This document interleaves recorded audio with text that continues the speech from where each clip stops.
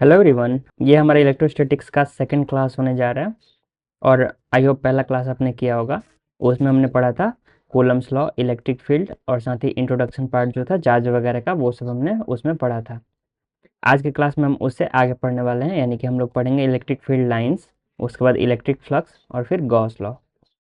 तो ये आज के क्लास का हमारा सीक्वेंस होने वाला है। उससे पहले जैसे पिछले क्लास में मैंने आपको जहाँ पे बताया था, कुछ कुछ जगह पे मैंने यूनिट्स और डायमेंशन आपको बोली थी, आप देख लेना। लेकिन फिर मुझे लगा कि नहीं, ऐड कर देनी चाहिए इसी पीडीएफ में, जिससे आपको रिवीजन के टाइम इजी पड़े। तो इसलिए मैंने सारी चीज़ें यहाँ पे ऐड की हुई हैं, आपको एक बार दिखा देता हूँ। देखिए, सबसे पहले यहाँ पे जैसे कि चार्ज का था। चार्ज का हमने यहाँ पे ऐसा यूनिट देखा। ऐसा यूनिट होता है कूलम, और इसको सी से रिप्रेजेंट करते हैं। और वहीं पे इसका अगर डायमेंशन की बात करें तो इसका डायमेंशन आई इंटू टी होता है। आई जो हमारा ये करंट को रिप्रेजेंट करता है, तो इसलिए हमारी ये इसकी डायमेंशन हो जाती है। तो आप लोग ये सब देख सकते हो, ये सारी चीज़ें ऐड कर दी हैं। इसके अलावा कुछ कुछ और चीज़ें ऐड की हैं, जैसे दिखा देता हूँ आपको।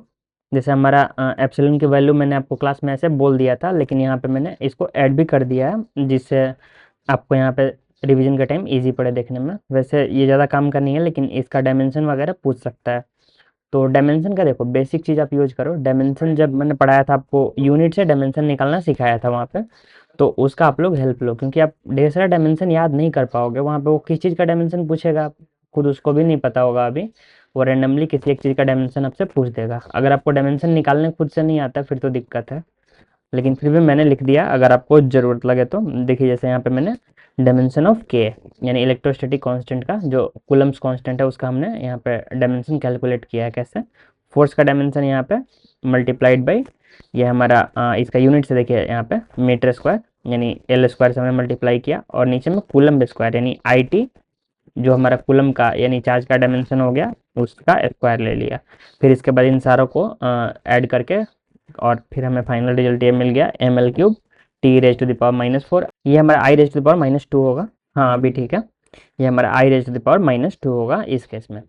तो ये हो जाएगा हमारा डायमेंशन ऑफ के, कूलम्स कांस्टेंट। बाकी आप लोग और भी जो भी डायमेंशंस हैं, जैसे एप्सिलॉन की है, वो सारी आप कैलकुलेट कर सकते हो। जो हमारा एप्सिलॉन आर आगे आने वाला है, वो हमारा होता है डायमेंशनलेस, क्योंकि वो रिलेटिव परमिटिविटी है। और कहीं भी कोई चीज़ रिलेटिव अगर होता है ना, वो यूनिटलेस डायमेंशनलेस होता है। जैसे रिलेटिव डेंसिटी, उसका कोई यूनिट नहीं होता है वो, क्योंकि एक कंपेरिजन करके निकालते हैं। वो भी आगे मैं आपको बता देता हूँ। तो यहाँ पे देखिए, हमने ऐड कर दिया है लाइक चार्जेस रिपेल। ये सारा तो पहले से लिखा हुआ था। यहाँ पे ऐसा unit of electric force Newton, ये पहले भी हमने पढ़ा था एनएलएम में। उसके बाद यहाँ पे जो हमारा नेक्स्ट है, ये डायमेंशन जो है फोर्स का, M L T raise to the power -2, ये भी आई होप आपको याद होगा। उसके अलावा यहाँ पे हमने इलेक्ट्रोस्टैटिक कांस्टेंट का तो निकाल ही दिया।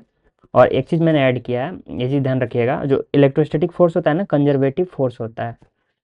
फोर्सेस दो टाइप की होती हैं, कंजर्वेटिव, नॉन कंजर्वेटिव। तो ऐसा होता है ना, देखिए, कंजर्वेटिव फोर्स जो भी होगी ना, उसका वर्क डन जो होगा, उसका जो भी वर्क डन होगा वो स्टोर होगा in form of potential energy. लेकिन नॉन कंजर्वेटिव फोर्स कोई भी वर्क करती है ना, तो वो पोटेंशियल एनर्जी में कोई चेंज नहीं लाएंगे। जैसे फ्रिक्शन है, ये नॉन कंजर्वेटिव फोर्स है। तो फ्रिक्शन का वर्क कभी भी आप उसको पोटेंशियल एनर्जी को चेंज करने में नहीं दिखा सकते हो। नेक्स्ट चीज इसके बाद हमने ऐड किया, हाँ देखिए यहाँ पे जो के होता है ना, के की वैल्यू आइदर ग्रेटर देन 1 ही होगी। 1 किसके लिए होती है? वैक्यूम या एयर के लिए 1 होगी। 1 होगी तो ऑटोमेटिकली जब के 1 हो गया, तो हमारा जो एप्सिलॉन का वैल्यू होगा, एप्सिलॉन नॉट ही हो जाएगा। तो वो एक केस होता है। उसके अलावा बाकी हमेशा ही के की वैल्यू ग्रेटर देन 1 होगी सारे ही मीडियम्स में। इसको हम लोग डाइलेक्ट्रिक कांस्टेंट बोलते हैं, अभी मैंने आपको बता दिया था, यहाँ पे लिख दिया है। ये हमारा डायमेंशनलेस और यूनिटलेस कांस्टेंट होता है के, ये भी आपको ध्यान रखना है। लेकिन कंफ्यूज नहीं होना, जो इलेक्ट्रोस्टैटिक कांस्टेंट होता है ना, वो डायमेंशनलेस नहीं होता है और नहीं यूनिटलेस होता है, उसका यूनिट डायमेंशन दोनों होता है। यहाँ हम बात कर रहे हैं डाई इलेक्ट्रिक कांस्टेंट की, ये यूनिटलेस और डायमेंशनलेस होगा, क्योंकि ये एक रेशियो है। आई होप आपको ये क्लियर होगा। नेक्स्ट चीज हमारा है the magnitude of electric forces highest in vacuum. हाँ, तो आप तो समझ ही गए होगे, क्योंकि जो फोर्स होगा किसी भी मीडियम में, एफ बाई के हो जाता है, F divided by dielectric constant. और मैंने आपको बताया डाई इलेक्ट्रिक कॉन्स्टेंट एक से ज़्यादा ही होगा। तो किसी भी नंबर को आप एक से ज़्यादा किसी भी नंबर से डिवाइड करोगे, तो नंबर तो छोटी हो जाएगी ना। जैसे कि अगर आप एक को भी डिवाइड करते हो 1.1 से, ऑटोमेटिकली एक से छोटा नंबर आएगा। तो सेम उसी लॉजिक से हमेशा ही जो मैग्नीट्यूड होगा ना किसी भी मीडियम में फोर्स का, वो कम होगा इन कंपेरिजन टू वैक्यूम या एयर। नेक्स्ट ये सारी चीज़ें हैं, जैसे एप्सिलॉन क्या होता है, ये होता है एब्सोल्यूट परमिटिविटी, ये होता है हमारा परमिटिविटी इन वैक्यूम, और ये रिलेटिव परमिटिविटी। यहीं से हमें E R equals to epsilon upon epsilon naught. तो एप्सिलॉन और एप्सिलॉन नॉट दोनों की यूनिट और डायमेंशंस होती हैं, लेकिन वो दोनों की यूनिट और डायमेंशन जो होती हैं ना सेम होती हैं, तो सारा कट के 1 आ जाता है, इसलिए ये वाला यूनिटलेस एंड डायमेंशनलेस कांस्टेंट हमें मिल जाता है। इसके अलावा यहाँ पे जैसे देखिए यहाँ पे हमने ऐड किया है इलेक्ट्रिक फील्ड का जो ऐसा यूनिट होता है हमारा न्यूटन पर कूलम। और भी आगे यूनिट्स आती हैं जैसे कि वोल्ट के टर्म्स में भी आएगी, तो वो आगे मैं आपको बता दूंगा। नेक्स्ट अगर डायमेंशन की बात करें तो इलेक्ट्रिक फील्ड की डायमेंशन सेम उसी वे में, यहाँ फोर्स डिवाइडेड बाई चार्ज।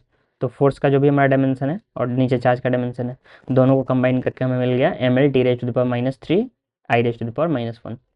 तो आप लोग याद करने से बचे, मेरा ऐसा मानना है कि आप लोग याद कर लो एक बेसिक, और उसके टर्म में आपको सारे फॉर्मूलाज जब याद हो जाएंगे ना, आप ऑटोमेटिकली सारे डायमेंशंस कन्वर्ट कर सकते हो एक दूसरे में। क्योंकि मुझे भी इतना याद नहीं रहता है, जैसे कि डायरेक्ट डायमेंशन बताना हो तो मुझे डायरेक्ट याद नहीं है, लेकिन मुझे पता है इलेक्ट्रिक फील्ड क्या होता है। इलेक्ट्रिक फील्ड होता है फोर्स डिवाइड बाई चार्ज। तो फोर्स का मुझे याद है M L T raise to the power -2, और चार्ज का पता है इंटू टी। तो इसके हेल्प से इजिली कैलकुलेट कर सकते हैं जब भी जो भी नीड लगेगा। नेक्स्ट है हमारा इलेक्ट्रिक फील्ड जो होता है ना, वो भी वेक्टर क्वांटिटी होता है। ऊपर फोर्स भी एक वेक्टर क्वांटिटी था, ऊपर वो भी मैंने मेंशन कर दिया है। वैसे आप जानते हो फोर्स पहले से ही कि वेक्टर क्वांटिटी है, लेकिन इलेक्ट्रिक फील्ड भी वेक्टर क्वांटिटी है, ये ध्यान रखना है। नेक्स्ट हमारा ये डायरेक्शन ऑफ फील्ड मैंने बता दिया था। नल पॉइंट का भी हम लोग अच्छे से डिस्कस कर चुके हैं, ये सब भी हमारा हो गया था, और ये भी हमारा क्लियर है। हाँ, यहाँ पे कुछ पॉइंट्स मैंने ऐड किए हैं, आप पढ़ लेना, क्योंकि रिवाइज करोगे तो हो सकता है ये चीज़ आपको क्लिक नहीं करेगी कैसे हो रहा है। तो वहाँ पे आपको ये ध्यान रखना है, वेरी वेरी लार्ज डिस्क या वेरी वेरी लार्ज सीट दोनों सेम चीज़ होती हैं। ये दोनों का मतलब है इन्फाइनाइट सीट बोल लो या इन्फाइनाइट डिस्क बोल लो, दोनों केस में जो इलेक्ट्रिक फील्ड होगा वो हमारा सिग्मा अपॉन 2 एप्सिलॉन नॉट। और यहाँ पे ध्यान रखने वाली बात यह है ना कि अगर सीट जो हमारा है वो पॉजिटिवली चार्ज है, तो फिर उस केस में फील्ड जो होगी वो तो उससे दूर की तरफ होगी, लेकिन अगर निगेटिवली चार्ज है तो फील्ड नज़दीक अंदर की तरफ होगी, मतलब सीट की तरफ आएगी इलेक्ट्रिक फील्ड। ये चीज़ आपको ध्यान रखना है। यही चीज़ मैंने यहाँ पे मेंशन कर दिया है। नेक्स्ट यहाँ पे देखिए, ये वाला मैंने आपको बताया था ना, ये इसका पैरेलल कंपोनेंट है, मतलब वायर के पैरेलल डायरेक्शन में जो इलेक्ट्रिक फील्ड का कंपोनेंट है ना, वो हमारा ये पैरेलल वाला है। नेक्स्ट हमारा जो इसका परपेंडिकुलर कंपोनेंट कौन सा, जो वायर के कंपेरिजन में ना परपेंडिकुलर डायरेक्शन में जा रहा है, वो हमारा इसका परपेंडिकुलर कंपोनेंट है। तो ये होता है इस फॉर्मूला में दोनों चीज़, ये मैंने यहाँ पे लिख दिया है ताकि बाद में कन्फ्यूजन ना हो। वैसे साइन होता है, ये हमारा होता है पैरेलल का, और ये होता है परपेंडिकुलर का। बस यहाँ पे इंपॉर्टेंट रिजल्ट मैंने आपको बताया था, ये वाला है 2 k लैम्डा बाई आर। के क्या है, K equals to 1/4 pi epsilon naught. इसके बाद आज जो हम अपना शुरू करने वाले हैं टॉपिक, वो हम लोग शुरू करते हैं। उससे पहले अगर आप चैनल पर नए हो तो चैनल को सब्सक्राइब करें और बेल आइकन को प्रेस करें, जिससे आपको रेगुलर अपडेट्स मिलें, और साथ ही आप हमारे टेलीग्राम ग्रुप को भी ज्वाइन करें, जहाँ पे सारी पीडीएफ्स वगैरह मिलेंगी। तो चलिए इसको शुरू करते हैं। तो सबसे पहले हमारा इलेक्ट्रिक फील्ड लाइंस क्या होता है। तो देखिए इलेक्ट्रिक फील्ड लाइंस होता है ना, एक इमेजिनरी लाइंस होता है। जैसे कि मान लो कोई भी पार्टिकल मूव कर रहा है, चार्ज पार्टिकल है वो मूव कर रहा है, तो उस पर फोर्स किस डायरेक्शन में लगेगा किसी भी पॉइंट पे, ये हमें कैसे पता चलेगा। मान लो स्पेस में कहीं भी एक रैंडमली कोई पार्टिकल घूम रहा है, तो उस पर किसी एक स्पेसिफिक डायरेक्शन में फोर्स लगेगी ना, क्योंकि फोर्स तो वेक्टर क्वांटिटी है, ऐसे रैंडमली तो लगेगी नहीं। तो हम कैसे बताएंगे किस डायरेक्शन में फोर्स लगेगी, तो उस केस में हमारा आता है इलेक्ट्रिक फील्ड। तो इलेक्ट्रिक फील्ड लाइंस जो होती है ना, इलेक्ट्रिक फील्ड लाइंस के किसी भी पॉइंट पे अगर आप एक टेंजेंट ड्रॉ करोगे, तो वो जो टेंजेंट का डायरेक्शन होगा ना, टेंजेंट जो होगा वही हमारा होगा उस पॉइंट पे इलेक्ट्रिक फील्ड का डायरेक्शन भी, और उस पॉइंट पे किसी एक चार्ज पे किस डायरेक्शन में फोर्स लगेगी। अगर पॉजिटिव है तो उस पर आगे की तरफ लगेगी, और अगर निगेटिव है तो पीछे की तरफ लगेगी, क्योंकि इलेक्ट्रिक फील्ड में हमेशा पॉजिटिव चार्ज आगे की तरफ भागता है और निगेटिव चार्ज पीछे की तरफ। मतलब अगर फील्ड राइट साइड जा रही है तो पॉजिटिव चार्ज अगर कोई है उस पर राइट साइड ही फोर्स लगेगा, और अगर फील्ड हमारी जो है वो जा रही है आपकी राइट साइड में, और हमारा चार्ज जो है निगेटिव है, उस केस में लेफ्ट साइड में फोर्स लग जाएगा। तो ये सारी चीज़ें मेंशन है, इसको हम लोग बारी बारी से समझते हैं। सबसे पहला point, closer the electric field greater is the electric field there. तो देखिए इसको हम लोग ऐसे समझ लेते हैं डायग्राम से, मेन मेन चीज़ें जो है। सबसे पहला चीज़ देखिए, यहाँ पे डेंसिटी जो है ना ज़्यादा है, यहाँ पे कम स्पेस में ज़्यादा इलेक्ट्रिक फील्ड लाइन्स है। मतलब यहाँ पे जो मैग्नीट्यूड होगा, अगर किसी एक पॉइंट ए पे हम पूछते हैं, इलेक्ट्रिक फील्ड का जो मैग्नीट्यूड होगा वो ज़्यादा होगा इन कंपेरिजन टू एक ऐसा पॉइंट जहाँ पे इलेक्ट्रिक फील्ड लाइन जो है ज़्यादा डेंस नहीं है। मतलब यहाँ पे देखिए इलेक्ट्रिक फील्ड लाइन्स के बीच में दूरी ज़्यादा है, मतलब एक एरिया इक्वल यहाँ भी लेते हैं, एक यहाँ भी लेते हैं, तो आप इजीली समझ जाओगे कि यहाँ पे कम फील्ड लाइन्स आएंगी, यहाँ पे ज़्यादा आएंगे, और जितनी ज़्यादा फील्ड लाइन्स आएंगी ना उतनी ज़्यादा वहाँ पे इलेक्ट्रिक फील्ड का स्ट्रेंथ होगा, यानी मैग्नीट्यूड उतना ज़्यादा होगा। डायरेक्शन में नहीं जाना है, मैग्नीट्यूड पे अभी हम लोग बात कर रहे हैं। डायरेक्शन तो सिंपल सा बात है, एरो का डायरेक्शन के हिसाब से देख लोगे किधर की तरफ जा रही है। नेक्स्ट ये चीज़ आप समझ गए होगे, ई ए ग्रेटर देन ई बी, क्यों? क्योंकि यहाँ पे डेंसिटी ज़्यादा है और यहाँ पे डेंसिटी हमारी जो है वो कम है इस पॉइंट बी पे। नेक्स्ट बात एक और कर लेते हैं इंपॉर्टेंट, इलेक्ट्रिक फील्ड लाइन जो होती है ना कभी भी इंटरसेक्ट नहीं करती हैं, और इसका रीज़न क्या है? रीज़न है कि ये जो होती है ना, ये एक मतलब मान लो वेक्टर क्वांटिटी, ये बताती है डायरेक्शन फोर्स का। अगर हमने इंटरसेक्ट करा दिया, मान लो जैसे एग्जांपल के लिए यहाँ पे हमने इंटरसेक्ट करा दिया है, तो इंटरसेक्ट करने के केस में क्या होगा, यहाँ पे मान लो कोई हमारा, जैसे कि यहाँ पे जैसे देखो हमारा एक मतलब चार्ज है पॉइंट पी पे, तो क्या होगा, पी पे अगर कोई चार्ज है तो उस पर फोर्स लगेगा किसी भी एक डायरेक्शन में। अब इस पॉइंट पे हमारे पास दो डायरेक्शन है इलेक्ट्रिक फील्ड की, एक ये ग्रीन वाली डायरेक्शन, एक ये पिंक वाली डायरेक्शन। तो अब क्या होगा, चार्ज तो बेचारा कंफ्यूज हो जाएगा किधर के तरफ जाए, क्योंकि उसको जाना है इलेक्ट्रिक फील्ड के टेंजेंशियल डायरेक्शन में। लेकिन अब दिक्कत ये हो गई कि उसको एक ही जगह पे दो दो टेंजेंट मिल रहे हैं, जो कि ऐसे प्रैक्टिकली पॉसिबल नहीं है, वायलेट कर रहा है। एक पॉइंट पे दो डायरेक्शन नहीं हो सकती हैं चार्ज के मूव करने की। इसी वजह से इलेक्ट्रिक फील्ड लाइन जो होती है ना, वो ना ही इंटरसेक्ट करती हैं और ना ही क्लोज लूप बनाती हैं। आई होप आपको ये क्लियर होगा। एक बार हम लोग ये सारा पढ़ लेते हैं। देखिए, they originate from positive charge and and side negative charge, मतलब इलेक्ट्रिक फील्ड लाइन जो भी होती हैं वो पॉजिटिव से निकलती हैं, नेगेटिव पे जाके एंड होती हैं, मतलब पॉजिटिव से शुरू होंगी, नेगेटिव पे खत्म होंगी। नेक्स्ट चीज, the tangent at any point gives the direction of electric field as well as the force experienced by a test charge at that point. मतलब देखिए, किसी भी पॉइंट पे हम टेंजेंट ड्रॉ करेंगे ना, वो उस पॉइंट पे इलेक्ट्रिक फील्ड का डायरेक्शन बताएगा, और साथ ही उस पॉइंट पे एक टेस्ट चार्ज पे किधर की तरफ फोर्स लगेगा वो भी इलेक्ट्रिक फील्ड के टेंजेंट से ही पता चलेगा। नेक्स्ट पॉइंट है हमारा, electric field lines can never intersect each other as the direction at any point should be unique. मतलब किसी भी पॉइंट पे जो भी हमारा इलेक्ट्रिक फील्ड है उसका डायरेक्शन यूनिक होता है, मतलब एक ही डायरेक्शन होगा। अगर लाइंस इंटरसेक्ट करेंगी तो दो डायरेक्शन आएगा, जो कि पॉसिबल नहीं है। देखिए, electric field lines can't form close loops. तो देखिए यहाँ पे इंपॉर्टेंट पॉइंट ये है कि क्लोज लूप क्यों नहीं बना सकती है, क्योंकि मैंने आपको बताया ये पॉजिटिव से निकलेंगी, नेगेटिव में खत्म होंगी। लेकिन आप ऐसा कैसे इमेजिन कर सकते हो कि ये पॉजिटिव से निकल के पॉजिटिव में ही खत्म हो जाए, क्योंकि पॉजिटिव में से इलेक्ट्रिक फील्ड लाइंस बस जा सकती हैं, आ नहीं सकती हैं। तो ऐसे केस में क्लोज लूप का बनना तो पॉसिबल ही नहीं है। नेक्स्ट हमारा लास्ट पॉइंट है, the magnitude of the charge and the number of electric field lines is directly proportional. आगे एक क्वेश्चन से भी इसको हम लोग समझ लेते हैं। देखिए, जैसे एग्जांपल के लिए दो चार्ज है, एक Q1 है, एक Q2 है। तो अब इस केस में देखिए, यहाँ Q1 से हमारी 4 लाइंस निकल रही हैं, और Q2 से हमारी 1 2 3 4 5 6 7 8 लाइंस निकल रही हैं। तो अगर हम कंपैरिजन करेंगे इनके चार्ज के मैग्नीट्यूड का, तो चार्ज के मैग्नीट्यूड के रेशियो में ही इनके इलेक्ट्रिक फील्ड लाइंस निकलेंगे। जैसे Q1/Q2 equals to number of electric field lines by 1 और number of electric field lines by 2। तो इन दोनों का अगर रेशियो लेंगे ना, उनके चार्जेस का रेशियो भी हमें मिल जाएगा। ये होता है इसका मतलब जो लास्ट स्टेटमेंट हमने देखा। हो सकता है आपको एग्जाम में ऐसा भी क्वेश्चन दे सकता है जिसमें आपको बोले कि चार्जेस का मैग्नीट्यूड का रेशियो बताने के लिए, या फिर एक चार्ज का मैग्नीट्यूड हो सकता है आपको दे दे, दूसरे का पूछ ले इलेक्ट्रिक फील्ड लाइन का एक डायग्राम दिखा के। ये काफ़ी बेसिक क्वेश्चन है। नेक्स्ट अब हम बात करते हैं इलेक्ट्रिक फ्लक्स। यहाँ से आगे हमारा गॉस लॉ शुरू हो जाएगा। तो देखिए, इलेक्ट्रिक फ्लक्स क्या होता है? इलेक्ट्रिक फ्लक्स होता है किसी भी एक सरफेस से, एक जो सरफेस मान लो है उससे कितनी number of electric lines perpendicularly pass कर रही हैं। जैसे मान लो एक कोई भी एक सरफेस आप इमेजिन कर लो, एक सर्कल है, सर्कल का कोई भी एक सरफेस होगा, उस सरफेस से परपेंडिकुलर जितनी इलेक्ट्रिक लाइंस पास करेंगी वो सारी फ्लक्स उसके वजह से होगा। अगर कोई इलेक्ट्रिक फील्ड लाइंस है जो कुछ सर्टेन एंगल पे पास कर रही है, तो उसका दो कंपोनेंट आ जाएगा, एक परपेंडिकुलर एक पैरेलल। तो परपेंडिकुलर कंपोनेंट जो आएगा उसकी वजह से तो फील्ड हमारी आएगी, लेकिन पैरेलल उसके वजह से हमारा फ्लक्स तो आएगा, लेकिन जो हमारा ये पैरेलल वाला कंपोनेंट होगा वो फ्लक्स में कोई भी उसका योगदान नहीं होगा। ऐसे ही अगर कोई चार्ज जो है वो सरफेस से बिल्कुल पैरेलल क्रॉस कर जाए, तो उस केस में भी उसके वजह से कोई भी फ्लक्स नहीं होगा। तो यहाँ पे वही चीज़ है, देखिए जो हमारे इसको लिखते हैं, अगर हम लोग इसको डिफरेंशियल के फॉर्म में जब लिखते हैं तो होता है डी फाई। फाई से रिप्रेजेंट करते हैं हम इलेक्ट्रिक फ्लक्स को। डी फाई मतलब बहुत छोटा सा flux equals to E into D A. D A जो हमारा है वो एरिया एलिमेंट, छोटा सा एरिया है, और ई जो है उस एरिया में इलेक्ट्रिक फील्ड है। ये जो फ्लक्स होता है ना, ये डॉट प्रोडक्ट है ई डॉट डी ए। और डॉट प्रोडक्ट आपको मैंने बताया था जब मैंने वेक्टर का बेसिक बताया था, तो डॉट प्रोडक्ट हमेशा स्केलर क्वांटिटी फाइनली हमें देता है। तो इसलिए आपको ध्यान रखना है इलेक्ट्रिक फ्लक्स जो है वो एक स्केलर क्वांटिटी है। नेक्स्ट हम बात करते हैं, अगर इलेक्ट्रिक फील्ड यूनिफॉर्म है उस केस में क्या होगा। अगर इलेक्ट्रिक फील्ड यूनिफॉर्म है मतलब इलेक्ट्रिक फील्ड एक तरह से कांस्टेंट हो गई, उसको हम लोग इस इंटीग्रेशन से बाहर निकाल सकते हैं।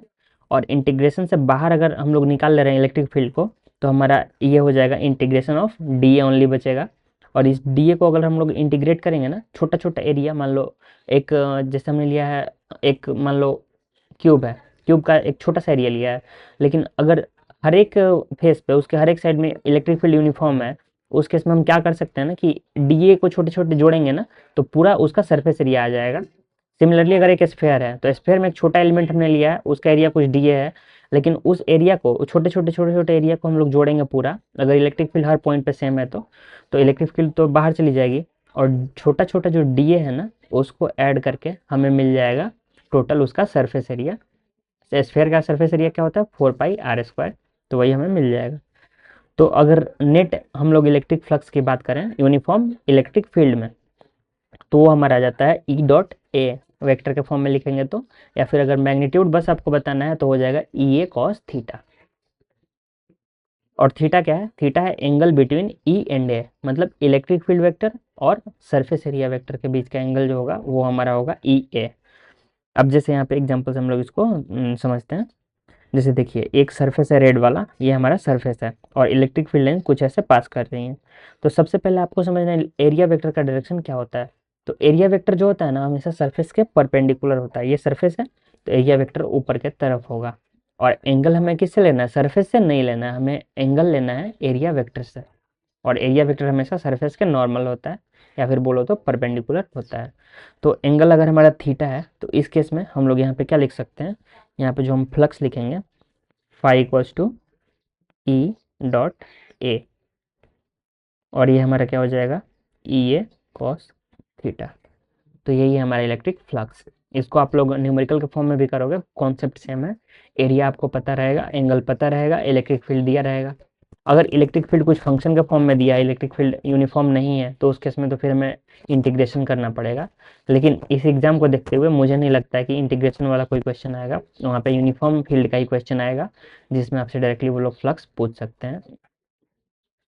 नेक्स्ट हम देखते हैं हमारा एक यहाँ पे फंक्शन के फॉर्म में दिया हुआ है, इसको भी एक बार देख लेते हैं जिससे हमें चीज़ें क्लियर रहे थोड़ी सी। बाकी अगर नहीं समझ में आता है तब भी ज़्यादा लोड नहीं लेना इसका, लेकिन फिर भी मैं समझा दे रहा हूँ जिनको पूरा 30/30 टारगेट जो लोग करके चल रहे हैं, क्योंकि ये देखो कंपटीशन बढ़ रहा है, मतलब एग्जाम का लेवल भी बढ़ेगा, ये तो फैक्ट है। जैसे देखो ये हमारा एक सर्फेस है, स्क्वायर शेप का सर्फेस है, इसकी एरिया जो हमारी है ए है, एरिया डायरेक्टली हमें दी हुई है।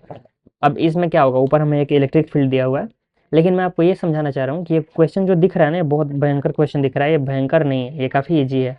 ऐसा क्यों है, क्योंकि देखो जो भी हमारा डॉट प्रोडक्ट होता है, आपको मैंने बताया था आई डॉट आई अगर रहेगा तो 1 हो जाएगा, लेकिन आई का डॉट अगर किसी और के साथ रहेगा तो वो हमेशा 0 हो जाएगा। तो अब यहाँ पे एरिया वेक्टर आपको दिख रहा है, ये जो हमारा सरफेस है ये एक्स वाई प्लेन में है, मतलब इसका जो एरिया वेक्टर आएगा ना वो जेड कैप के अलॉन्ग आएगा, जेड एक्सिस के अलॉन्ग आएगा। तो मान लो इसका एरिया जो भी आएगा, अगर हम इसको ए बोलते हैं तो वेक्टर के फॉर्म में लिखेंगे ना एरिया वेक्टर को, तो हमारा समथिंग ए, और ये आएगा के कैप के साइड में। तो अब बात यहाँ पे देखो क्या है, यहाँ पे बात यह है कि अगर के कैप में एरिया है, इसका डॉट हम लोग करा रहे हैं ए डॉट ई या ई डॉट ए, जो भी आप लोग लिख लो। तो जब आप डॉट कराओगे ना, तो देखो ये के कैप है, आई कैप के साथ इसका डॉट यहाँ पे 0 हो जाएगा, इसके साथ भी अगर जे के साथ डॉट कराएंगे ये भी 0 हो जाएगा, और के साथ जो डॉट होगा ना बस वही हमें के डॉट के 1 दे देगा। तो हमारा आ जाएगा ई नॉट के कैप डॉट के कैप। तो यहाँ से हमें मिल जाएगा ई नॉट, क्योंकि ये तो 1 हो जाएगा, तो यही हमारा हो जाएगा फ्लक्स। फ्लक्स ओनली क्या आया, ई नॉट। काफ़ी सिंपल सा था, यहाँ पे ए हमारा छूट गया, ई नॉट इंटू ए। फ्लक्स हमारा क्या आ गया, ई नॉट इंटू ए। काफ़ी सिंपल सा था, देखने में बड़ा सा लग रहा था, लेकिन ये मतलब ट्रिकी क्वेश्चन है, ये ऐसा नहीं है कि बहुत डिफिकल्ट क्वेश्चन है। मुश्किल से 3 हमने लाइन लिखा, ये हमारा क्वेश्चन बन गया। तो वो लोग आपको ऐसा क्वेश्चन दे सकते हैं, ऐसा नहीं समझना कि इसमें बहुत सारा फंक्शन दिया हुआ है तो इंटीग्रेट करना पड़ेगा, या देख के बड़ा क्वेश्चन हम लोग छोड़ सकते हैं। ये काफ़ी इजी क्वेश्चन है, आपको कुछ भी नहीं करना है इंटीग्रेट वगैरह, सिंपल बेसिक्स को फॉलो करना है। तो चलिए आगे बढ़ते हैं। जैसे एक हमारे यहाँ पे अब एक चीज़ समझते हैं, अगर कोई भी क्लोज सरफेस है ना, उससे कुछ इलेक्ट्रिक फील्ड लाइन्स अगर जा रही हैं तो दूसरे साइड से उतनी ही बाहर निकल जाएंगी। मतलब अगर बाहर से इलेक्ट्रिक फील्ड लाइन जा रही हैं तो जितनी लाइन्स अंदर जाएंगी उतनी लाइन्स दूसरे साइड से बाहर निकलेंगी। जो अंदर आ रही है लाइन्स, उसके फ्लक्स को हम लोग निगेटिव से दिखाते हैं, उसको हम लोग माइनस बोलते हैं, इनकमिंग फ्लक्स जो भी है। और जो आउटगोइंग फ्लक्स है उसको हम लोग पॉजिटिव से दिखाते हैं। नेट फ्लक्स जो भी होता है वो हमारा जीरो होता है। इसी को आगे हम लोग गॉस लॉ में अच्छे से समझेंगे कि नेट फ्लक्स जीरो क्यों होता है। बस आपको ये चीज़ ध्यान रखना है, जितना इनकमिंग फ्लक्स है उतना ही आउटगोइंग फ्लक्स होगा थ्रू एनी क्लोज्ड सरफेस। और ये आपका हेल्प करेगा बहुत सारे क्वेश्चंस को बनाने में। क्वेश्चंस हमेशा ध्यान रखिएगा ट्रिकी होंगी, डिफिकल्ट नहीं होंगी। तो अब हम लोग आते हैं अपने मेन टॉपिक पे, गॉस लॉ। ये आज का हमारा सबसे इम्पोर्टेंट टॉपिक है। तो देखिए गॉस लॉ क्या बोलता है। गॉस लॉ बोलता है जो नेट फ्लक्स होगा ना किसी भी सरफेस से, वो होगा equal to charge enclosed by surface divide by epsilon naught. Epsilon naught क्या है? परमिटिविटी ऑफ फ्री स्पेस, ये मैंने आपको बताया था। मतलब एक अगर कोई भी सरफेस है क्लोज्ड सरफेस, तो उसके अंदर जो चार्जेस है ना, बस उन्हीं की वजह से इलेक्ट्रिक फ्लक्स आएगा। गॉस ने यही बोला। गॉस ने कहा अगर बाहर में कोई चार्ज है ना, उसके वजह से फ्लक्स जो होगा अंदर की तरफ वो नेट फ्लक्स नहीं आएगा। बाहर के चार्ज की वजह से जितना फ्लक्स उसमें अंदर की तरफ आएगा, जितनी इलेक्ट्रिक फील्ड लाइंस अंदर जाएंगी उतनी ही बाहर चली जाएंगी। मतलब एक्सटर्नल चार्ज की वजह से जो भी हमारा फ्लक्स आएगा वो जीरो आएगा, नेट फ्लक्स। मतलब अगर किसी एक फेस या किसी एक सरफेस से पूछेंगे तो फ्लक्स हो सकता है आपको आ जाए, वहां पे जीरो नहीं है। लेकिन अगर नेट फ्लक्स की बात करेंगे पूरे सरफेस से, मतलब उस पूरे जो भी हमारा क्लोज्ड सरफेस है उससे, तो वो हमेशा जीरो आएगा एक्सटर्नल चार्ज की वजह से। लेकिन सेम बात अगर हम करें इंटरनल चार्ज के लिए, अगर कोई चार्ज सरफेस के अंदर में है तो उस चार्ज की वजह से जो भी हमारा फ्लक्स आएगा वो नेट फ्लक्स जो आएगा वो enclose charge divide by epsilon not के इक्वल आएगा। तो इसको आगे हम लोग समझते हैं, इसका यूज हम लोग कैसे करते हैं। तो देखिए जैसे कि ये सरफेस है, इस सरफेस के अंदर में हमारे पास चार चार्जेज हैं, एक चार्ज बाहर है। तो अगर यहाँ पे हमें फ्लक्स लिखना है ना, नेट फ्लक्स, तो नेट फ्लक्स जो हमारा होगा वो इन सारे चार्जेज का सम विद साइन। मतलब अगर कोई निगेटिव चार्ज है तो उसको निगेटिव साइन के साथ ऐड करना है, मतलब सब्ट्रैक्ट करना है। देखिए सब्ट्रैक्शन क्या है? एडिशन विद नेगेटिव साइन, मतलब नेगेटिव साइन के साथ ऐड कर रहे हैं वही सब्ट्रैक्शन हो जाता है। तो यहाँ सेम काम हम करेंगे, सारे चार्जेस को ऐड करेंगे विद साइन और डिवाइड कर देंगे एप्सिलॉन नॉट से, तो हमें मिल जाएगा नेट फ्लक्स इस पूरे क्लोज्ड सरफेस के थ्रू। अब एक बात देखिए, अगर फ्लक्स डायरेक्टली हमें निकालना होता है इलेक्ट्रिक फील्ड के हेल्प से तो कितना मुश्किल होता। क्योंकि देखो फ्लक्स का फॉर्मूला हमने क्या पढ़ा था, ई डॉट ए, मतलब ई का डॉट कराते थे इलेक्ट्रिक फील्ड का एरिया वेक्टर के साथ। अब इस सरफेस, ये जो पता नहीं कैसा अजीब सा सरफेस है, इस सरफेस का एरिया हम निकालेंगे कैसे? सबसे बड़ा दिक्कत ये है, इसका एरिया तो निकालने का कोई इजी वे नहीं है। दूसरा, एरिया निकाल भी लिए मान लो आप कुछ जुगाड़ लगा के, तो फिर इसके हर एक पॉइंट पे जो इलेक्ट्रिक फील्ड है वो तो बिल्कुल अलग अलग है। हर एक पॉइंट पे इलेक्ट्रिक फील्ड कैसे निकालोगे? इसके वजह से कुछ अलग इलेक्ट्रिक फील्ड आएगी, इसके वजह से कुछ अलग आएगी, इसके वजह से कुछ अलग आएगी, डायरेक्शन भी अलग होगा, मैग्नीट्यूड भी अलग होगा। तो फिर ऐसे केस में आपको ये निकालना पॉसिबल ही नहीं होगा। तो ऐसे में गॉस लॉ रेस्क्यू के लिए हमारे आया क्या, total enclose charge divide by epsilon not. जो एरिया हमारा है, जो सरफेस है, वो कैसा भी हो कोई फर्क नहीं पड़ता है, अच्छा दिखता हो, भद्दा दिखता हो, जैसा भी दिखता हो, बस आपको हमेशा ध्यान रखना है जितनी चार्जेस अंदर रहेंगी सरफेस के उनके वजह से इलेक्ट्रिक फ्लक्स आएगा, जो बाहर हैं वो हमें उनसे कोई फर्क नहीं पड़ता है।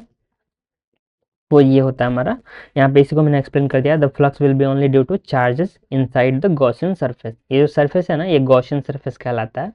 इसके अंदर जो भी चार्जेस रहेंगे उनके वजह से फ्लक्स आएगा, जो बाहर रहेंगी उनसे हमें कोई मतलब नहीं है। देखिए नेक्स्ट हमारा, जैसे कि एक क्यूब हमने लिया है, इस क्यूब के अंदर में कुछ चार्जेज हैं यहाँ पे Q1 Q2 Q3। तो इनके वजह से हमारा क्या फ्लक्स आएगा? अगर नेट फ्लक्स हमें लिखना हो तो यहाँ पे आ जाएगा phi net equals to Q1 minus Q2 plus Q3 by epsilon naught. अगर कोई बोल दे कि ये सारी चार्जेस सेंटर पर रखी हुई हैं, मतलब यहाँ पे हम ये भी बता सकते हैं कि हर एक फेज से कितनी फ्लक्स जाएगी। एक क्यूब की कितनी फेसेज होती हैं? एक क्यूब की होती हैं 6 फेसेज। 6 फेसेज से टोटल इतना जा रहा है नेट। तो एक फेज से अगर हम बात करें तो फाई ईच फेस, तो ये हमारा हो जाएगा फाई नेट बाई 6। मतलब हर एक फेज से इक्वली इसको बाहर भेज देंगे। तो इससे हमें मिल जाएगा हमारा आंसर। नेक्स्ट अगर हम बात करें, एक क्यूब के अंदर अगर हमने एक चार्ज रॉड को घुसा दिया है, तो इसलिए मैंने आपको ऊपर में बताया था वो हमारा लीनियर चार्ज डेंसिटी, वो हमारे यहाँ काम आएगा। एक क्यूब का किसी भी साइड से अगर आप लेंथ मेजर कर रहे हो तो वो एल आएगा। और देखिए इसका चार्ज डेंसिटी जो है लैम्डा है, तो टोटल चार्ज जो क्यूब के अंदर में होगा वो कितना होगा, क्यू इनसाइड इनक्लोज चार्ज कितना हमारा आ जाएगा, ये हमारा आ जाएगा लैम्डा इंटू जो भी हमारा क्यूब का लेंथ एल है, ये हो जाएगा टोटल चार्ज जो भी अंदर है। अब इसके वजह से अगर हमें लिखना हो मैग्नेटिक फ्लक्स, तो फ्लक्स हमेशा होगा अंदर वाले चार्जेस की वजह से, जो बाहर में पार्ट है उससे हमें कोई मतलब नहीं है। तो यहाँ से हमारा फाई नेट आ जाएगा q in by epsilon naught, और ये हमारा इक्वल टू होगा phi net equals to enclose charge हमारा lambda L by epsilon naught. अब एक चीज़ आपको ध्यान रखना है, यहाँ पे यूनिफॉर्म नहीं है, अंदर में जो भी फ्लक्स है हमारा हर एक फेज से सेम नहीं आएगा, क्योंकि इस बार चार्जेस सारी सेंटर पे नहीं है। ये हमारा जैसे यहाँ पे चार्ज होगा, देखो आप यहाँ पे चार्ज होगा, ये कुछ अलग दूरी पे है इस फेज से, इस फेज से कुछ अलग दूरी पे है, सबसे अलग अलग डिस्टेंस पे है, प्लस एंगल भी अलग अलग बना रहा है सबसे। तो इस वजह से इसका जो इलेक्ट्रिक फील्ड होगा वो हर फेज से सेम नहीं आएगा, और इसी रीजन से जो भी हमारा ईच फेज से होगा इस पर बाई 6 नहीं करेंगे। नेक्स्ट आगे बढ़ते हैं हम लोग, फ्लक्स समझते हैं क्यूब के थ्रू कुछ सिमेट्रिक फिगर्स को लेके, ये काफ़ी इंपॉर्टेंट है, ये आपसे पूछ सकता है। तो देखिए क्या होता है, जैसे एक क्यूब के सेंटर पे हमने चार्ज को रख दिया, सेंटर मतलब समझ लो बिल्कुल बीच में, तो उस केस में मैंने आपको बताया हर एक फेज से जो आपका फ्लक्स आएगा वो क्यू अपॉन 6 एप्सिलॉन नॉट, मतलब 6 पार्ट में डिवाइड हो जाएगा नेट फ्लक्स के। नेक्स्ट बात करते हैं, अगर उस चार्ज को हमने रख दिया किसी भी एक मतलब साइड के फेस पे, तो फेस पे रखा हो ना जब भी, तो आप इमेजिन करो इसके ऊपर यहाँ पे एक और मान लो क्यूब है यहाँ पे, तो एक और क्यूब अगर होता तो ये चार्ज तो सेंटर पे हो जाती ना, फिर दोनों क्यूब से, इस क्यूब से भी आधा जाता, इस क्यूब से भी आधा चला जाता, मतलब दोनों साइड आधा आधा फ्लक्स चला जाता फेस पे रखने के केस में। तो मान लो एक इमेजिनरी क्यूब है और दोनों से आधा आधा चला गया, तो हमसे पूछा है एक क्यूब से, तो एक क्यूब से हमारा आ जाएगा क्यू अपन 2 एप्सिलॉन नॉट, क्योंकि टोटल कितना आना है क्यू अपन एप्सिलॉन नॉट, लेकिन हमने पूछा है एक क्यूब से कितना आ रहा है, तो वो हमें आ जाएगा Q upon 2 epsilon not. Next अगर हम बात करते हैं कि यहाँ पे एक एज पे रख दिया, मतलब क्यूब के एक कॉर्नर पे, तो अगर क्यूब के एक कॉर्नर पे रखते हो ना, आई होप आप 12th में केमिस्ट्री पढ़े होगे, केमिस्ट्री में जब हम लोग पढ़ते हैं ना पैकिंग वाला, पैकिंग एफिशिएंसी वगैरह जब हम लोग पढ़ते हैं, तो उस केस में आपने पढ़ा होगा ये सारा चीज़। जैसे एज पे रखेंगे ना, तो एज पे रखेंगे एक अगर हम, तो इसके ऊपर मान लो यहाँ पे एक क्यूब है, फिर उसके पीछे में और क्यूब है, ऐसे करके 8 क्यूब्स आप जब रखोगे ना, 8 क्यूब्स को रखोगे तो ये चार्ज बिल्कुल सेंटर पे हो जाएगा, और हर एक क्यूब से इक्वली फ्लक्स पास करेगा। तो उस केस में हमारा एक क्यूब से अगर फ्लक्स की बात करेंगे तो क्यू ओपन 8 एप्सिलॉन नॉट। अगर आपको ये चीज़ समझ में नहीं आ रहा है, विजुअलाइज नहीं हो रहा है, तो आप इसको डायरेक्टली याद कर लो, कोई दिक्कत नहीं है, क्योंकि इसका कोई प्रूफ आपसे पूछने नहीं आ रहा है, बस आपको मतलब यहाँ पे बिल्कुल कॉमन सेंस वाला बात है कि हमें इमेजिन करना है कि कितना क्यूब रख रहे हैं तो वो चार्ज हमारा जो है हर एक क्यूब से सेंटर में आ जा रहा है। नेक्स्ट बात करते हैं, अगर किसी एक एज के सेंटर पर रख दिया, तो एज के सेंटर पे आप रख रहे हो ना, तो आप समझ लो कि एक आपको ऊपर में क्यूब रखना पड़ेगा, और सिमिलरली दो आपको पीछे में से क्यूब्स रखने पड़ेंगे, मतलब 4 क्यूब रखोगे तो वो सेंटर में चला जाएगा, फिर चारों क्यूब से इक्वली जाएंगी इलेक्ट्रिक फील्ड लाइंस या इलेक्ट्रिक फ्लक्स। तो उस केस में जो हमारा एक क्यूब से आएगा ना, वो हमारा आ जाएगा क्यू अपन 4 एप्सिलॉन नॉट, मतलब 4 टाइम्स डिवाइड हो जाएगा नेट फ्लक्स। आप एक चीज नोटिस किए होगे, जो हमारा फ्लक्स है ना, हर एक केस में नेट फ्लक्स हमेशा क्यू ओपन एप्सिलॉन नॉट ही होता है, एक चार्ज अगर किसी सरफेस के अंदर इंक्लोज्ड है तो।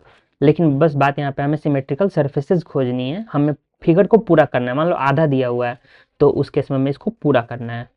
अब इसका एक वेरिएशन ऐसा भी हो सकता है, आपको एग्जाम्पल के लिए बता देता हूँ। मान लो एक कोई ऐसे नीचे सरफेस है, और इस सरफेस से कुछ सर्टेन हाइट पे यहाँ पे एक चार्ज क्यू रख दिया, और इसको बोल दिया ये L/2 है और ये सारा L है। तो आप समझ पा रहे होगे, ये सेम केस है क्यूब वाला। मान लो क्यूब के सेंटर पे जब हमने चार्ज को रखा था तो ये कितना हाइट पे है, ये जो हाइट है हमारा L/2 ही है, क्योंकि टोटल जो हमारा हाइट होगा वो L होगा, और इसको हमने सेंटर पे रखा मतलब बीच में रखा है, यानी कि L/2 हाइट पे है, और नीचे सारा साइड्स L है। तो यहाँ भी देखिए सारा L है चारों ओर का साइड्स, और L/2 हाइट पे हमने ऊपर में रखा है। तो सिंपली हमारा जो ये केस है ना, सेम क्यूब वाला ही केस है। तो अगर पूछे नीचे के सरफेस से कितना फ्लक्स होगा, तो यहाँ भी आपको नेट फ्लक्स होता total Q upon epsilon not, लेकिन क्यूब के एक फेस से पूछ रहा है तो यहाँ भी सेम हो जाएगा हमारा 5 क्यू अपन 6 एप्सिलॉन नॉट। ये सेम केस है क्यूब वाला, इसलिए मैंने आपको बताया यहाँ पे। नेक्स्ट हम बात करते हैं electric field calculation using Gauss law. मतलब गॉस लॉ का एप्लीकेशन क्या है, वो सबसे मेन जो एप्लीकेशन है, हम लोग इसके हेल्प से कुछ जगह पे इलेक्ट्रिक फील्ड कैलकुलेट कर सकते हैं। लेकिन ये ध्यान रखना हर जगह नहीं कर सकते हैं, क्योंकि जहाँ पे हमारा हेल्प मिलेगा, मान लो हमारा वहाँ पे मैथ्स की तरफ से भी तो हेल्प मिलना चाहिए ना। मान लो हम लोग एरिया ही कैलकुलेट नहीं कर पाए, या हो सकता है हम लोग वो जो सरफेस वो सिमेट्रिक ना हो, तो वैसे केसेस में हम लोग कैलकुलेट नहीं कर पाएंगे। लेकिन कुछ जगह पे कुछ स्पेशल फिगर्स हैं, उन जगह पे हम लोग कैलकुलेट कर पाते हैं गॉस लॉ के हेल्प से। जहाँ पे हम लोग कूलम्स लॉ के हेल्प से हम लोग हर जगह पे क्या करते हैं, पॉइंट चार्ज मानते हैं, पॉइंट चार्ज उसको मान के छोटा सा एक एलिमेंट, उसके बाद हम लोग इंटीग्रेशन यूज करते हैं। लेकिन गॉस लॉ के केस में इंटीग्रेशन थोड़ा कम करना पड़ता है, कॉम्परेटिवली ईजी पड़ता है। तो इसलिए गॉस लॉ के हेल्प से कुछ स्टैंडर्ड फिगर्स के एरिया हम लोग निकाल सकते हैं, सारे फिगर्स के नहीं निकाल सकते हैं ये इलेक्ट्रिक फील्ड। सारे फिगर्स के नहीं निकाल सकते हैं, इसलिए आप सारे फिगर्स के पूछे भी नहीं जा सकते हैं। तो जो स्टैंडर्ड है, जैसे सबसे पहले देखो ये प्रूफ है, गॉस लॉ वैलिड है कि नहीं इसका ये प्रूफ है। ये जैसे हमारा ये चार्ज है, मान लो Q1, ये क्यू चार्ज है, इसको हमने रख दिया एक जगह पे, और उसके चारों तरफ हमने गॉसियन सरफेस लिया, कैसा, एस्फेरिकल। गॉसियन सरफेस आपको हमेशा लेने टाइम बहुत केयरफुल रहना है, आपको लेना है सिमेट्रिकल गॉसियन सरफेस, जिससे कि सरफेस के अगर हर एक पॉइंट पे इलेक्ट्रिक फील्ड अगर सेम हो गई ना, तो फिर आपके लिए बहुत अच्छा हो जाएगा। क्योंकि क्या होगा, अगर सरफेस के हर पॉइंट पे इलेक्ट्रिक फील्ड सेम है, उस केस में आपको इलेक्ट्रिक फील्ड यूनिफॉर्म मिल गई, आप उसको बाहर निकाल सकते हो, तो इंटीग्रेशन से आप बच जाओगे। तो इसलिए देखो इस केस में क्या होगा, यहाँ पे अंदर में एक चार्ज की हुआ है, तो इसके वजह से इलेक्ट्रिक फील्ड इस पॉइंट पर अगर हम बात करें तो बाहर की तरफ होगी, और इसका एरिया वेक्टर भी बाहर की तरफ होगा। सेम अगर इस पॉइंट पर बात करें तो इलेक्ट्रिक फील्ड वेक्टर बाहर की तरफ, और इसका एरिया वेक्टर भी बाहर की तरफ। यानी हर जगह पे ई और ए के बीच में एंगल 0 डिग्री, और 0 डिग्री पे कॉस जीरो जो हमारा होता है 1 होता है। तो कॉस जीरो 1 हो गया, यानी ई इंटू ए डायरेक्टली हमारा हो जाएगा इसका नेट इलेक्ट्रिक फ्लक्स। तो वही हमने किया, देखिए ई इंटू ए, स्फेयर का सरफेस एरिया 4πr², और इलेक्ट्रिक फील्ड में यूनिफॉर्म है ई। तो जो हमारा नेट फ्लक्स होगा Q open epsilon not Gauss law का यूज करके। अब इसके बाद जब हम इस एरिया को इधर लेके जाते हैं तो देखिए हमें क्या मिल गया, पॉइंट चार्ज की वजह से सरफेस पे इलेक्ट्रिक फील्ड जो आती है वो आती है Q/4πε0r², KQ/r²। आई होप आपको याद होगा, ऊपर हमने कूलम्स लॉ में यही सेम चीज पढ़ी थी। नेक्स्ट इसका एप्लीकेशन हम देखते हैं, electric field due to hollow sphere. मान लो कोई हॉलो स्फीयर है, तो इसके लिए हम लोग गॉसियन सरफेस लेते हैं। सबसे पहले अंदर के पॉइंट पे अगर हम लोग बात करें, तो अंदर में जैसे हमने यहाँ पे एक गॉसियन सरफेस लिया, तो हॉलो स्फीयर है ना, उसके अंदर खाली होता है, खोखला होता है, तो अंदर में कोई भी चार्ज नहीं होती है, सारा चार्ज सरफेस पे होती है। तो अगर अंदर में गॉसियन सरफेस आप लोगे तो उसके अंदर तो चार्ज कुछ आएगा ही नहीं। अगर अंदर में कुछ चार्ज नहीं है तो उसकी वजह से फ्लक्स तो जीरो हो गई, तो फ्लक्स हमारा क्यू इनसाइड जीरो, तो नेट फ्लक्स जीरो। और ई इंटू 4πr² होता है हमारा नेट फ्लक्स। तो इसलिए 4πr² एरिया तो हमारा जीरो हो नहीं सकता है, क्योंकि एरिया तो कुछ ना कुछ आएगा, इसलिए हमारा ई को जीरो होना पड़ेगा अगर फ्लक्स को जीरो होना है तो इसलिए हॉलो स्फीयर के अंदर में जो हमारा इलेक्ट्रिक फील्ड होगा वो जीरो होगा हर एक पॉइंट पे। नेक्स्ट अगर बाहर के पॉइंट पे बात करें, तो बाहर के पॉइंट पे देखिए क्या होगा, अगर गॉसियन सरफेस इस बार हम लोग लेंगे ना, तो उस गॉसियन सरफेस के अंदर में सारी चार्जेस आ जाएंगी। तो अगर पूरे स्फीयर पे चार्ज क्यू है, तो पूरा का पूरा क्यू हमारा इनसाइड चार्ज हो जाएगा। तो इसीलिए क्यू इन बराबर क्यू, और एप्सिलॉन नॉट से डिवाइड करेंगे, और ये इस बार इक्वल होगा ई इंटू सरफेस एरिया, यानी 4πr²। इस बार भी केस सेम होगा, हर एक पॉइंट पे इलेक्ट्रिक फील्ड और एरिया वेक्टर दोनों पैरेलल होंगे, मतलब cos थीटा 1। तो इसीलिए इलेक्ट्रिक फील्ड जो भी हमारा आएगा Q/4πε0r²। ये देखिए ये भी सिमिलर है, पॉइंट चार्ज की वजह से जो आ रहा था ना ऊपर में KQ/r², ये भी सेम आ रहा है इसके वजह से भी। इसके बाद नेक्स्ट हम देखते हैं electric field due to solid sphere. तो सॉलिड स्फीयर क्या है, सॉलिड स्फीयर मतलब अंदर में भरा हुआ है, मतलब इस बार खोखला नहीं है। तो अंदर में जब भरा हुआ रहेगा ना, यहाँ पे वॉल्यूम चार्ज डेंसिटी वाला केस आएगा, यहाँ पे हमारा सरफेस चार्ज डेंसिटी से काम नहीं चलेगा। तो यहाँ पे इंपॉर्टेंट क्या पार्ट है, वो पहला वाला है। यहाँ पे पहला केस, अगर हम इसके किसी भी एक्सटर्नल पॉइंट पे बात करते हैं ना, तो सेम वे में आप प्रूफ कर सकते हो। यहाँ भी जो इलेक्ट्रिक फील्ड नेट आती है एक्सटर्नल पॉइंट पे, वो पॉइंट चार्ज वाली ही आती है, KQ/r²। अब नेक्स्ट देखो, अंदर के किसी भी पॉइंट पे बात करते हैं, तो अंदर में क्या होगा, जैसे अंदर में कोई गॉसियन सरफेस आप लोग है ना, तो जो चार्ज इनक्लोज होगा वो वेरी करेगा।